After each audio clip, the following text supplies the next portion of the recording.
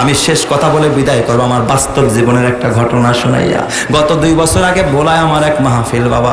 ভোলায় এমন একটা দ্বীপ এলাকা, চতুর্দিকে পানি, মাঝখানে একটা চর। মাহফিল শেষ কইরা রাত্রে ফিরার মতো কোনো কায়দা নাই, আমি রাত্রেই মাদ্রাসায় রইলাম।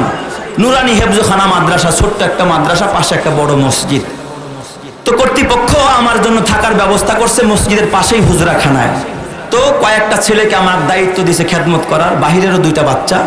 ফজরের পরে আমি নামাজ পড়ে মসজিদে সূরা ইয়াসিন পড়তেছিলাম, পিছন থেকে বাচ্চাগুলো ওই দিক দিয়ে আমার আবার ফজরের পরে রিটার্ন আসার কথা, গাড়িও রেডি। বললো হুজুর গাড়ি রেডি, নাস্তা রেডি করছে, ইমাম সাহেব আপনাকে রুমে একটু হুজরাখানায় সালাম জানাইস। তো আমি যখন হুজরাখানার দিকে ঢুকলাম, গিয়ে দেখি ইমাম সাহেব দস্তর বিছায়া পিরিচ দিয়ে ঢাইকা রাখছে নাস্তাগুলো। তো ওই ছাত্ররা ওরা পিরিচ খুলতেছে, আমিও হাত দিয়ে খুলতেছি। হঠাৎ দেখি একটা বাচ্চা পিরিচ খুলে আর চোখ ডলতেছে। তো আমার নজর পড়ল, দেখে দেখি কি সমস্যা, তাকায় দেখি ঠিকই ওর গাল বেয়ে পানি পড়তেছে, কাঁদতেছে আর কি বাচ্চা। তো আমি জিজ্ঞাসা করলাম, এই বাবা তুমি কাঁদো কেন? তোমার কি পেটে ব্যথা না আঘাত পাইছো না কেউ তোমার মারছে না গাল মন্দ করছে? তোমার নাম কি? কয় হুজুর আমার নাম আব্দুর রহমান। কি করো? কয় হুজুর আমি এই মাদ্রাসায় হেফজখানায় পড়ি, আমার কোরআন শরীফ মুখস্থ হয়ে গেছে, আমি হাফেজে কোরআন হয়ে গেছি, এখন আমি শুনাইতেছি, শুনানিতে আসছি। হুজুর আমি এখন শুনাইতেছি। পরে আমি বললাম কাঁদো কেন? উস্তাদরা রাগ করছে না, ক্ষুধা লাগছে না, ব্যথা পাইস? কয় না হুজুর না, আমার একটা দুঃখের কথা, আমার একটা কষ্টের কথা মনে পড়ে আমার চোখে পানি আসছে। তো আমি চিন্তা করলাম নাস্তা পরে খোল। বাকি ছাত্রগুলোরে বললাম তোরা একটু বাইরে যা, আমি একটু ওর সাথে একটু কথা বলবো, কারণ সবার সামনে তো আর দুঃখের কথা আমার সাথে কি করবে না, শেয়ার করবে না। ওদেরকে বের করে দরজাটা একটু চাপায় দিয়া আমি জিজ্ঞাসা করলাম, বাবা আব্দুর রহমান আমারে খুলে বলো তোমার কি সমস্যা? আব্দুর রহমান হাওমাও করে কান্দে, আমারে ডাক দিয়া কয় উস্তাদ আমার বাবা একজন জেলে মানুষ, এই ভোলার নদীতে আমার বাবা মাছ ধরতো। আজ থেকে 7-8 বছর আগে আমার বাবা ওই নদীতে মাছ ধরতে গিয়া হুজুর আমার বাবা নৌকা ডুবা মারা যায় তুফানের সময়। আমার বাবার লাশটা পর্যন্ত আমরা খুঁজে পাই নাই হুজুর। তখন আমার বয়স 2 বছর কি 1.5 বছর। আমার মা বলল আমার বাবা নাকি আমার জন্মের পর নিয়ত করছে আমারে মাদ্রাসায় পড়াবে। আমার বাবার কল্পনা অনুযায়ী আমার মা এই মাদ্রাসায় আমারে ভর্তি করছে লিল্লা বোর্ডিং এতিমখানায়। হুজুর আমার নানা বাড়ির লোকজন বড় গরিব, আমার মাও বড় অসহায়। আমার মা হোটেলে হোটেলে ঠিলা ভরা ভরা পানি দেয়, 1 ঠিলা পানি দিলে 2 টাকা 3 টাকা দেয়, দিয়ে সংসার চলে। মাঝে মাঝে আমার মা মানুষের দুয়ারে গিয়া ভিক্ষাও করে। হুজুর আমি বড় অসহায়, মাদ্রাসায় এতিমখানায় খাই, লিল্লা বোর্ডিং এ খাই, কেউ কোনো গুরুত্ব দেয় না, আমাদের দেখার মতো কেউ নাই হুজুর। ছেলেটা কাঁদতেছিল, আমি বললাম বাবা ও আব্দুর রহমান তবে আজকে কাঁদো কেন? আজকে কান্নার কারণ কি আমারে বলো? হুজুর আজকে একটা দুঃস্বপ্নের কারণে আমি কাঁদি। আমি বললাম কি এমন দুঃস্বপ্ন আমারে বলো? উস্তাদ আমি যেদিন এই মাদ্রাসায় কোরআন শরীফের সবক নিব, আমার মাকে আমি একদিন ডাক দিয়ে বললাম মা গো সব ছাত্ররা ওস্তাদদেরকে মিষ্টি খাওয়াবে, তারপরে কোরআন শরীফের সবক নিবে। কেউ বাতাসা আনছে, কেউ জিলাপি, রাতের বেলায় সবক দেওয়ার কথা। মা গো তুমি কি পারবানি একটু জিলাপি কিনা দিতে, হুজুরদেরকে খাওয়াইয়া তারপর আমি কোরআন শরীফের সবকটা নিতে চাই। হুজুর আমি দেখেছি আমার মা আঁচল দিয়া মুখটা ঢাইকা, দেখে আমার মা চোখ মুছতেছে। আমার মামা ডাক দিয়া কয় বাবা আব্দুর রহমান ঘরে কোনো জমানোর টাকা নাই, নুন আনতে পান্তা ফুরায়, সারাদিন কাজ করে চাউল কিনলে ডাল কিনতে পারি না, ডাল কিনলে চাউল কিনতে পারি না, তেল কিনতে পারি না, লবণ কিনতে পারি না। ও বাবা আব্দুর রহমান আমি তোমারে কি করে মিষ্টি কিনে দেবো? তবে বাবা রে আজকে আমি কাজে যাব, কাজ করে যা পাই আমি চাউলও কিনবো না, ডাউলও কিনবো না, আমি হয়তো না খায়া থাকবো, আমি তোমার জন্য মাদ্রাসার জন্য একটু মিষ্টি আমি কিনে নিয়ে আসবো। হুজুর আমার মা সারাদিন হোটেলে হোটেলে পানি দিয়া। আমার যুবক ভাই তো বলছিলাম নামাজ পড়লে দুনিয়াতে পুরস্কার পাবেন কয়টা? আমি কিন্তু আখেরাতের পুরস্কারের কথা বলি না, আখেরাতেও পুরস্কারের কোনো অভাব নাই, শেষ নাই। শুধু দুনিয়ার পুরস্কারগুলো বলে আমি বিদায় নিবার পরে ভারতের মেহমান কথা বলবে।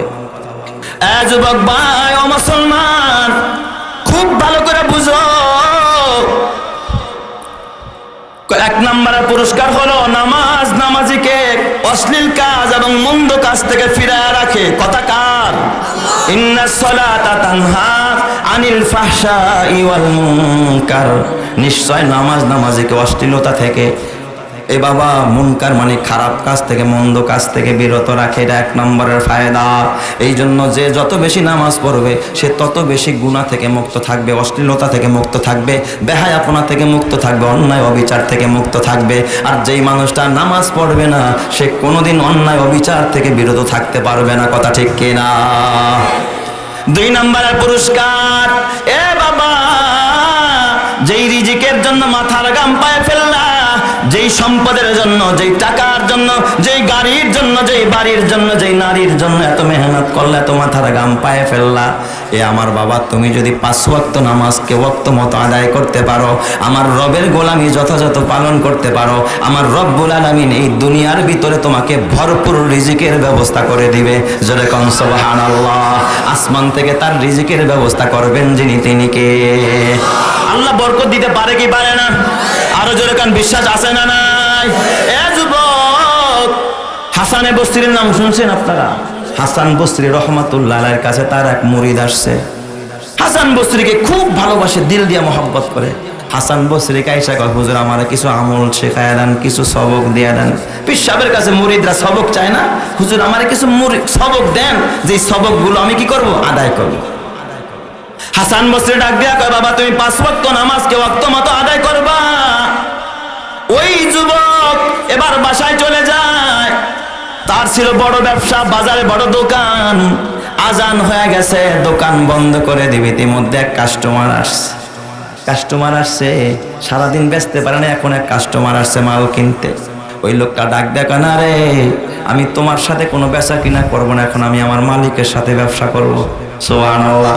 মসজিদে চলে যাবো। কাস্টমার তাড়ায় দিছে। পাশেই ছিল এক হিন্দু ভদ্রলোকের দোকান, এক দাদা বাবুর দোকান।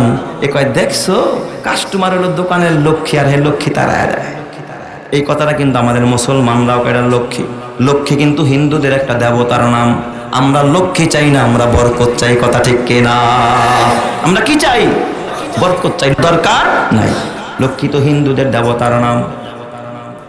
সে নামাজে চলে গেছে। নামাজ শেষে আইসা দেখে হঠাৎ এক কাস্টমার, এমন কাস্টমার আইসা আর এমন বাজার করছে, হিন্দু ভদ্রলোক পুরা মাসে যা বেচছে সে একদিনই তা বেচছে। আরো জোরে কোন সুবহানাল্লাহ। হাসতে হাসতে হাসান বসরির কাছে গেছে। হাসান বসরি ও এক কাস্টমারের কাছে পুরো 1 মাসের তা বেচছ? হুজুর আপনি কেমনে জানেন? আমার আল্লাহ আমার ইলহামের মাধ্যমে জানায়া দিছে। সুবহানাল্লাহ। হাসান বসরি ডাক দিয়া কয়, ও ভাই শোনো, তুমি তো জানো না আজান হয়ে গেছে, তুমি রবের কদমে চলে গেছো। অথচ আমাদের দোকানদাররা মনে করে যে এখন একটা কাস্টমার ছেড়ে দিলে বেচা কিনা হবে না, আমি রিজিক পাবো কোথায়? অথচ রিজিক তোর দোকানের মধ্যে না, রিজিক তো হলো মালিকের কদমে সেজদা দেওয়ার ভিতরে। কথা ঠিক কিনা? দুচি জাদে মীরা কাশাদ জোরে জোর, দুচি জাদে মীরা কাশাদ জোরে জোর, একে আবদানা দেগার খাকে গোর। বাবা তোমার রিজিক কোথায়, তোমার হায়াত কোথায়, মরণ কোথায়? একজন জানেন যিনি, তিনি কে? বান্দাকে সৃষ্টি করার 50,000 বছর আগে সে কতটুকু খাবে, কি পরিমাণ রিজিক পাবে, কোথায় মৃত্যু হবে, কোথায় তার কবর হবে, এটা তার সৃষ্টিরও 50,000 বছর আগে লিখে রাখছেন কে?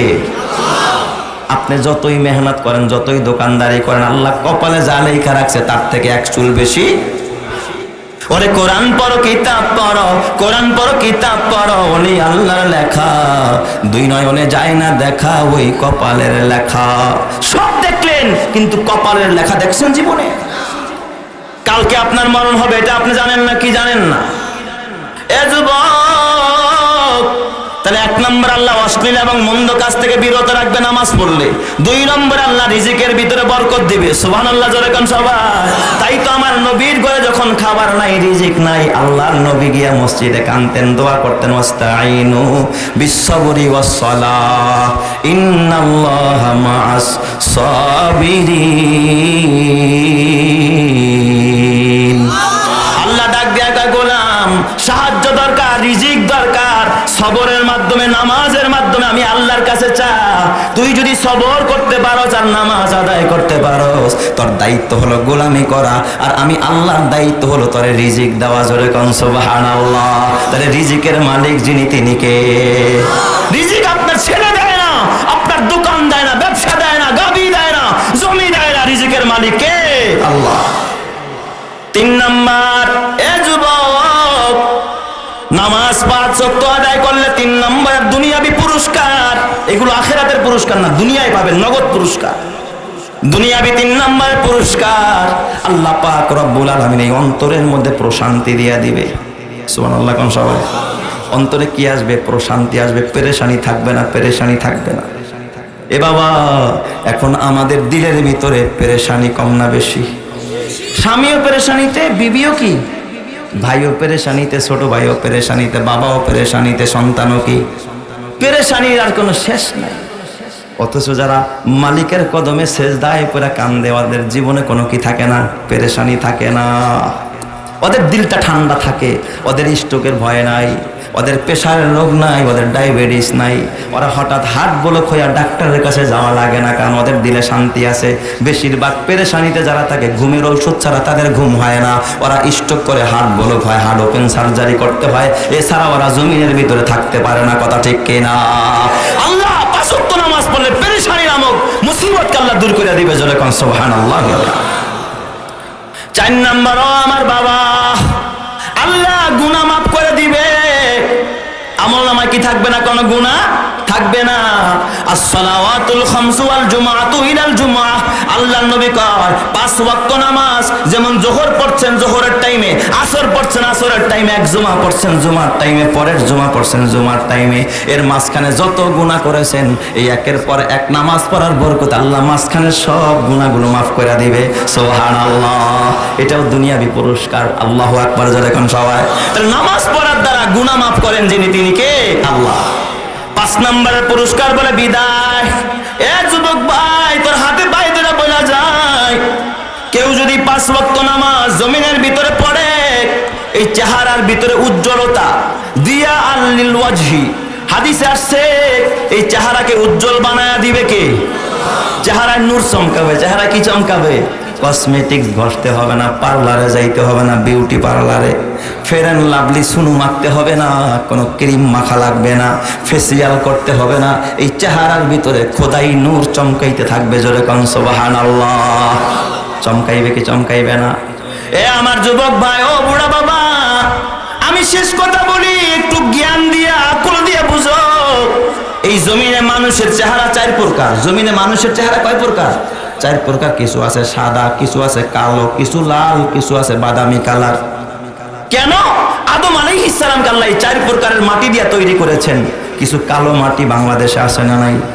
বিভিন্ন দেশে আছে না নাই? কিছু সাদা মাটি, যেমন চুনা পাথর, চুনা বানায় না, চুনা শিবুত, এটা কি দিয়া বানায়? সাদা মাটি দিয়া। আবার কিছু আছে লাল মাটি, যেমন আমার মিরপুরেও একটা এলাকায় আছে লাল মাটি, পুরা মাটি লাল। ময়মনসিংহের গাজীপুরের কিছু এলাকায় লাল মাটি পাওয়া যায়, আসে না নাই? কিছু আছে আবার দেখবেন বাবা বাদামি কালারের মাটি, আসে না নাই? এই 4 কালারের মাটি দিয়া আল্লাহ মানব দেহ বানাইছে। এই জন্য আদম দেহ বানাইছে। এই জন্য বনি আদমের চেহারাও কয় প্রকার? হজে গেলে দেখবেন 4 প্রকারের মানুষ দেখা যায়। কিছু সুদানি মানুষ, কিছু আফ্রিকান মানুষ, দেখবেন হাবাসি মানুষ, ওদের চেহারার রং বোরকা আর কি কালো, তার থেকেও বেশি কালো। ঠিক না? ঠিক আছে না? আবার কিছু আছে একেবারে ইরানি মানুষ, এত লাল লাল টকটক, আমার মনে হয় রৌদ্রে গেলে রক্ত বের হয়ে যাবে। আবার কিছু আছে দেখবেন একবারে সাদা। আবার কিছু আছে বাদামি কালার, যেমন ভারত, বাংলাদেশ, পাকিস্তানের মানুষ। আমাদের কালার ম্যাক্সিমাম কি কালার? বাদামি কালারের মানুষ আমরা। কিন্তু যুবক ভাই, দুনিয়াতে মানুষের চেহারা 4 কালার, কিন্তু এই কিয়ামতের ময়দানে এই মানুষের 4 কালারের চেহারা থাকবে না। মানুষের চেহারা হবে 2 কালার। কয় কালার? 2 কালার। একটা হবে নিকোষ কালো, আরেকটা হবে দবদবে চাঁদের মতো, সূর্যের মতো ঝলমলে। যেরকম আল্লাহু আকবার। কিয়ামতের ময়দানে মানুষের চেহারা হবে কয় কালারের? 2 কালার। একটা হবে একেবারে আলোক উজ্জ্বল, আর একটা হবে একেবারে কালো। আল্লাহর কোরআন বলে ইয়াউমা তাবিয়াদ্দু উজুহ ওয়া তাসওয়াদ্দু উজুহ। কিয়ামতের ময়দানে কিছু কিছু মানুষের চেহারা হবে তাবিয়াদ্দু উজুহ, সাদা। আবার কিছু মানুষের চেহারা হবে ওয়া তাসওয়াদ্দু উজুহ, কিছু মানুষের চেহারা হবে একেবারে নিকষ কালো, ঘোর কালো, পূর্ণিমার মতো। এ আমার বাবা, অমাবস্যার রাতের মতো কালো, কয়লার মতো কালো। কিছু মানুষের চেহারা হবে আলো, আবার কিছু মানুষের চেহারা হবে জমকালো। এ বাবা, আল্লাহর কোরআনে অন্যত্র আল্লাহ বলে উজুহু ইয়াউমাইদিন মুসফিরা দাহিকাতুম মুস্তাব মুস্তাবশিরা ওয়া ওয়ুজুহু ইয়াওমাইদিন আলাইহা গাবারা তারহাকুহা কাতারা উলাইকা হুমুল কাফারাতুল ফাজারা। কিছু মানুষের চেহারা হবে প্রভাতের আলোর ন্যায়। উজুহু ইয়াওমাইদিন মুসফিরা, মুসফিরা বলা হয় প্রভাতের আলো। সকালে যখন সূর্য উঠে একটু উপরে উঠে ধবধবে একেবারে আলোক উজ্জ্বল হয়ে যায়। কিছু মানুষের চেহারা হবে এরকম ধবধবে সাদা উজ্জ্বলময়, কিছু একেবারে আলোক উজ্জ্বলময়। উজুহু ইয়াওমাইদিন মুসফিরা দাহিকাতুম মুস্তাবশিরা, আর হাসতে থাকবে। জান্নাতের ভিতর কি করতে থাকবে? এই হাস্যোজ্জ্বল চেহারাওয়ালারা হাসতে থাকবে। উজুহু ইয়াওমাইদিন মুস্তাবশিরা, এ আমার বাবা সেদিন তারা আনন্দের সুসংবাদ পাইতে থাকবে। ওয়া উজুহু ইয়াওমাইদিন আলাইহা গাবারা, কিছু মানুষের চেহারা হবে ধুলাবালি মিশ্রিত। এ বাবা তার হাকুহা কতারা, আলকাতরার প্রলেপ দেওয়া থাকবে। আলকাতরার কালার কি সাদা? কথা কয় না, জোরে কন। আলকাতরার কালার কি হবে? তার হাকুহা কতারা, আলকাতরার প্রলেপ দেওয়া থাকবে একেবারে জনমের কালোর কালো। উলাইকা হুমুল কাফারাতুল ফাজারা। এখানে প্রশ্ন হয়, আল্লাহ কাদের চেহারা সাদা হবে, কাদের চেহারা কালো হবে? এটাই হলো বোঝার বিষয়। এই জমিনে যারা আমার আল্লাহর সেজদা দিছে, যারা নামাজ পড়ছে, তাদের চেহারা হবে আলোক উজ্জ্বলময়। আর যারা সেজদা দেয় নাই, নামাজ পড়ে নাই, ওদের চেহারা হবে নিকষ কালো। কথা ঠিক কিনা? কারণটা কি? সেজদা দিলে চেহারা কেন আলোক উজ্জ্বল হবে, আর ওরা সেজদা না দেওয়ার কারণে কালো কেন হবে? এই কথাটা বলে আমি শেষ করছি, খেয়াল করেন আমার বাবা। নবীজি একদিন সাহাবায়ে কেরামকে ডাক দেয়া কয়, ও সাহাবীরা, তোমরা কি জানো নি সাহাবী, সন্ধ্যাবেলা সূর্য ডুবে। সন্ধ্যাবেলা সূর্য ডুবতে আপনারা দেখেন না? নবীজি কয়, আইনা তাজহাবু, এই জানো সূর্য কোথায় যায়? আমরা তো দেখি সূর্য ডুইবা যায়, সূর্য কোথায় যায়? নবীজি সাহাবীদেরকে প্রশ্ন করলেন, জানো নি সূর্য কোথায় যায়? সাহাবায়ে কেরাম বলেন, ইয়া রাসূলুল্লাহ, আমরা তো জানি না সূর্য কোথায় যায়। আল্লাহু ওয়া রাসূলুহু আলাম, আল্লাহ এবং আল্লাহর রাসূলই ভালো জানে সূর্য কোথায় যায়, আমাদের জানা নাই। আল্লাহর নবী ডাক দিয়া কয়, সাহাবীরা, আরে সাহাবীরা, তোরা তো জানোস না, জানোস না এই সূর্য তোরা বলস ডুবে যায়। না না, সূর্য ডুবে না। এই সূর্য সন্ধ্যা হওয়ার সাথে সাথে মালিকের ডাইরেক্ট আমার আল্লাহর কুদরতি কদমের মধ্যে সেজদায় পড়ে যায়। জোরে কোন সুবহানাল্লাহ। সূর্য কি পড়ে? সেজদায় পড়ে। কার কদমে? আল্লাহর কদমে। পৃথিবীর কোনো মাখলুক সরাসরি আল্লাহর কদমে সেজদায় পড়তে পারে না। শুধুমাত্র একটা মাখলুক ডাইরেক্ট আল্লাহর কুদরতি কদমে সেজদায় পড়ে। ওই মাখলুকটার নাম কি? সবাই বলেন, মাখলুকটার নাম কি? সূর্য। এ আমার বাজান, আপনাদেরকে একটা ছোট্ট কথা বলি। আপনারা মোবাইলে যখন চার্জ শেষ হয়ে যায়, চার্জ দেন কিনা? মোবাইলে চার্জ দেন না? আচ্ছা, মোবাইল চার্জ দেন না ব্যাটারি চার্জ দেন? হ্যাঁ, এই জিনিসটা বুঝাইতে চাইছি। চার্জ কি মোবাইলে দেন না ব্যাটারি রে? চার্জ নেয় কিসে, মোবাইলে না ব্যাটারিতে? আচ্ছা, ব্যাটারির কি চোখ আছে, কান আছে, নাক আছে, বুঝে? কিচ্ছু নাই। কিন্তু ব্যাটারিতে যখন চার্জ হয়, মোবাইলটা অন করলে পুরো মোবাইলের জীবন ফিরে পায়, রুহু ফিরে পায়, তাই না? ব্যাটারি ফিউজ, মোবাইল সব ঠিক আছে, 2 পয়সারও মূল্য নাই। তো ব্যাটারি চার্জ হলে মোবাইল চালু হয়ে যায়। এই সূর্যটা হলো একটা ব্যাটারির মতো। সূর্য কিসের মতো? ব্যাটারির মতো। এটা আমার মালিকের কদমে সেজদা দিয়া সেখান থেকে আলো পায়। কোন আলোতে গোটা পৃথিবীকে আলোকিত করে, জগৎটারে আলোকিত করে, এত আলো কই পায়? আপনি বিদ্যুৎ বিল দিয়া তো বাবা কুল পান না। বিদ্যুৎ বিল বর্তমানে বাড়তেছে না কমতেছে? সূর্য যে আপনার এত পাওয়ার দেয়, এত আলো দেয়, এই আলো সূর্য কোথায় পেল? এতটুকু জায়গা আলোকিত করতে কতগুলো লাইট লাগছে, কিন্তু গোটা ভূমণ্ডল নবমণ্ডল আলোকিত করছে আল্লাহ এক সূর্য দিয়া। তাহলে এই সূর্য এত চার্জ কোথায় পেল? এই জন্য আল্লাহর কোরআন কয়, আল্লাহু নূরুস সামাওয়াতি ওয়াল আরদ, আল্লাহু নূরুস সামাওয়াতি ওয়াল আরদ মাসালু নূরিহি কামিশকাতিন ফিহা মিসবাহ। এই আয়াতের ব্যাখ্যা করার সময় আমার হাতে নাই ও মুসলমান। এই সূর্য মালিকের কদমে সেজদা দিয়া মালিকের নূর গ্রহণ করে, আলো গ্রহণ করে। আমার রবের কুদরতি কদমে সেজদা দিয়া সূর্য সেখান থেকে আলো পায়। ওই আলো থেকে চন্দ্র আলো নেয়, ওই আলো থেকে জমিনবাসী আলো পায়, মাটির নিচের প্রাণীর আলো পায়, পানির নিচের প্রাণীর আলো পায়, সবাই আলো পায়।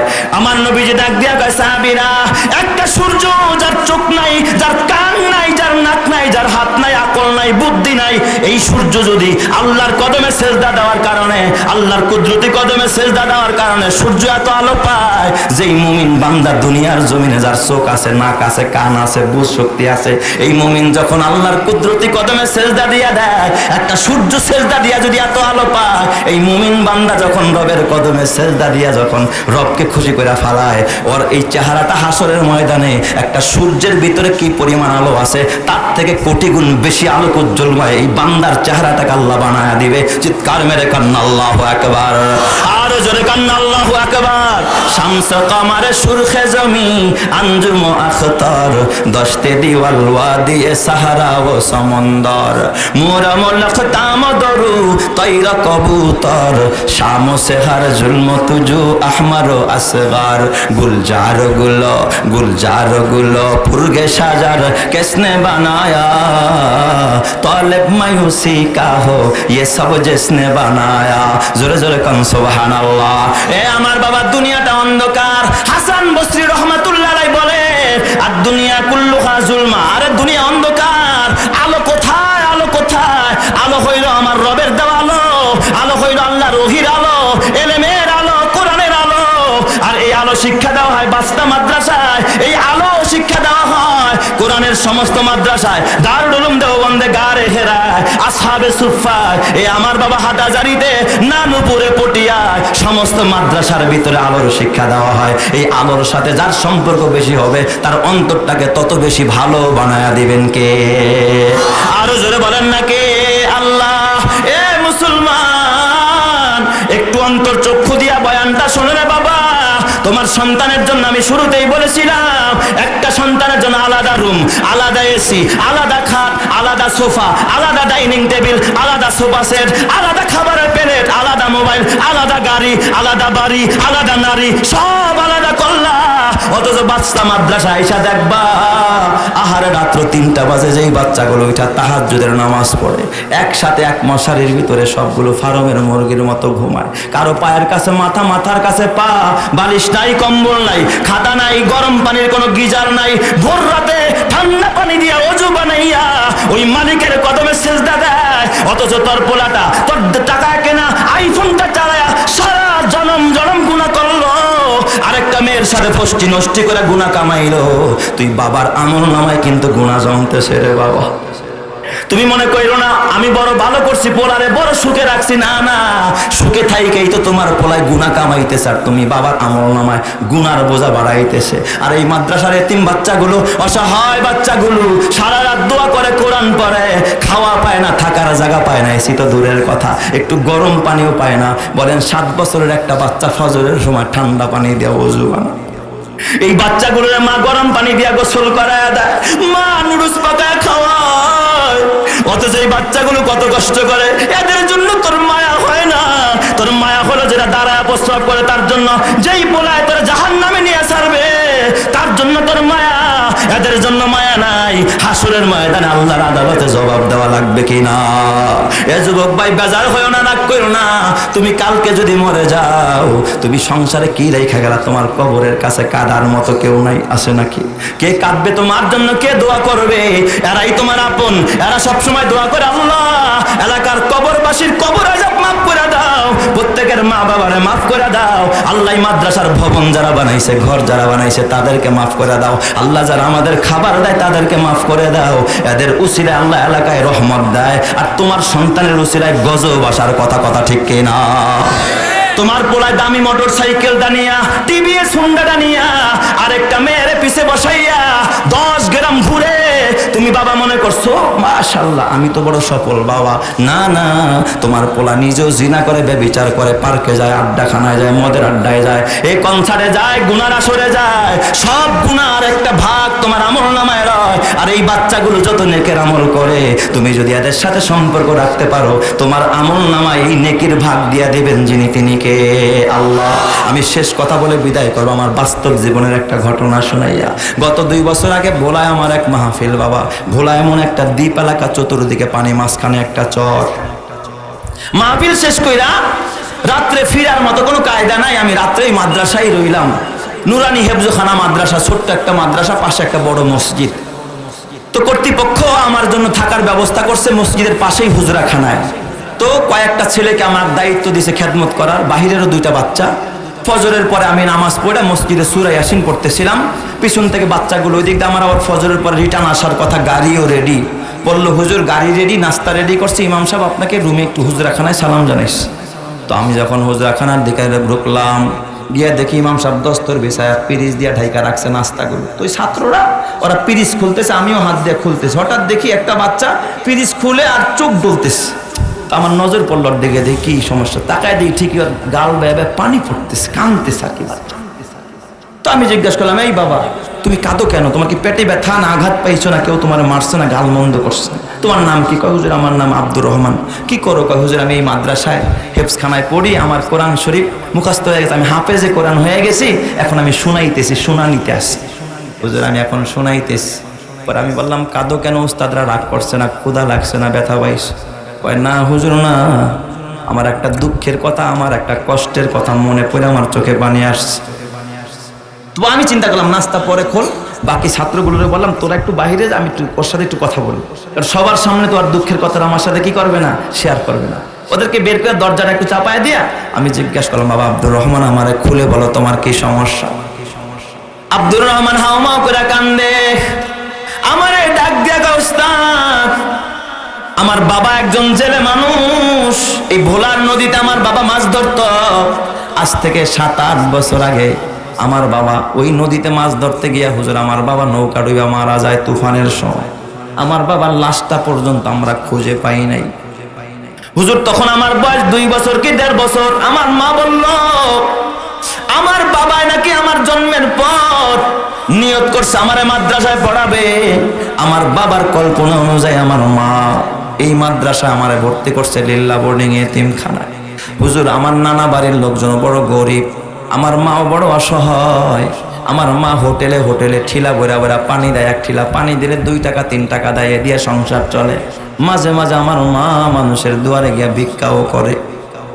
হুজুর আমি বড় অসহায়, মাদ্রাসায় এতিমখানায় খাই, লিল্লা বোর্ডিং এ খাই, কেউ কোনো গুরুত্ব দেয় না, আমাদের দেখার মতো কেউ নাই হুজুর। ছেলেটা কাঁদতেছিল, আমি বললাম বাবা ও আব্দুর রহমান তবে আজকে কাঁদো কেন? আজকে কান্নার কারণ কি আমারে বলো? হুজুর আজকে একটা দুঃস্বপ্নের কারণে আমি কাঁদি।